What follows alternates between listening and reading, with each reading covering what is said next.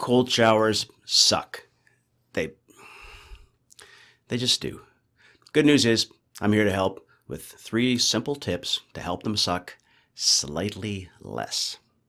So if you're watching this video, perhaps you've been hearing about all the benefits of cold showers and you're thinking that maybe you'll start implementing them into your daily regimen, or maybe you've started taking cold showers and you realize how much they suck and you just want a few tips to help them suck less.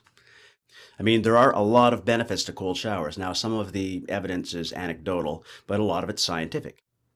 If cold showers have so many benefits and they're virtually free and anyone could take them, why isn't everyone taking cold showers? Because they suck. At least at first. Now, this is the first tip. If you're thinking of taking cold showers, then I would suggest that you don't do like a 5-day challenge. You don't say you're going to try it for 7 days, hate it, and then quit. I would suggest that you probably commit to it for at least 30 days. 5 to 7 days, in my opinion, it's not enough time for you to start feeling the benefits of the cold showers, and it's also not enough time for you to kind of master the following 2 tips. Tip number 2, enter the water with control. And what I mean is, don't just turn the cold water on and jump in the shower and scream and hop around and hate it.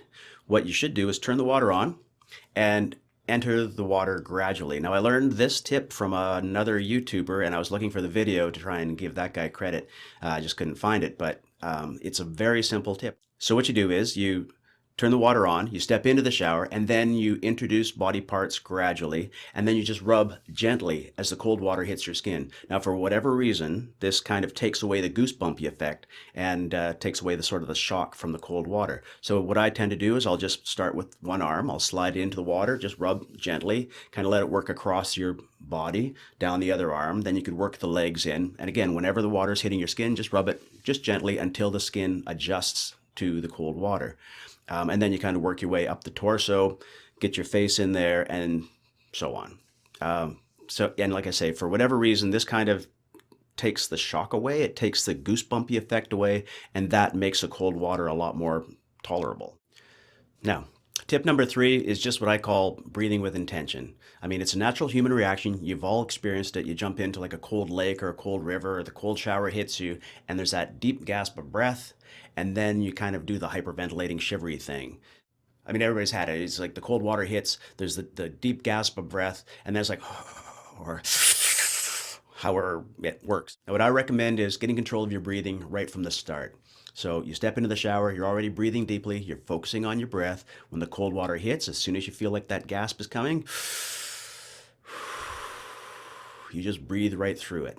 And then every now and then you'll get that, it's going to happen. It still happens to me sometimes if I'm not paying really close attention. You'll get that little, shivery inhale or the shivery exhale. And when that happens, be mindful, catch it, and breathe through it.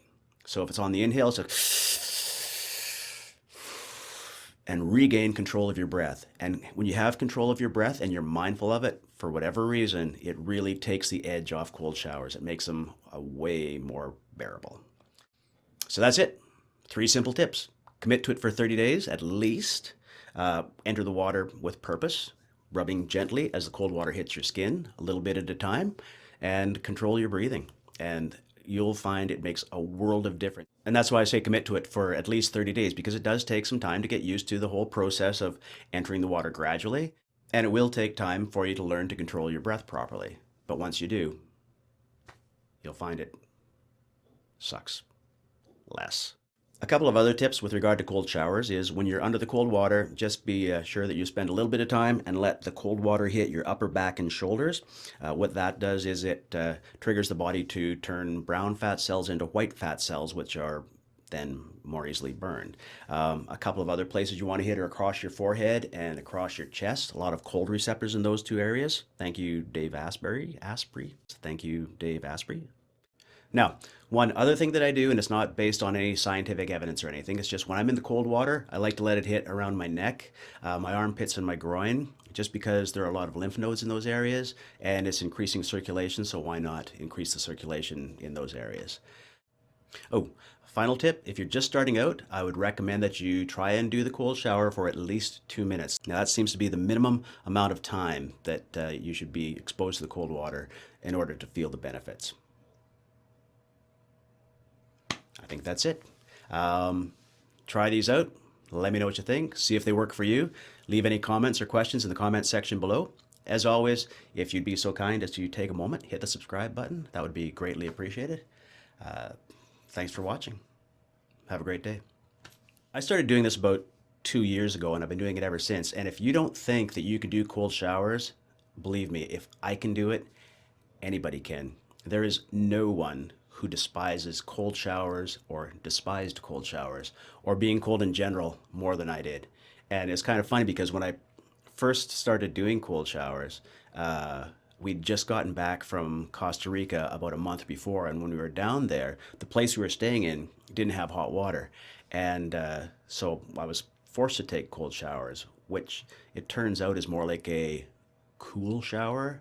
A Costa Rican cold shower is drastically different than a Canadian midwinter cold shower, but I adjusted, and I do it on a daily basis, and it makes me feel great, and hopefully it works for you too.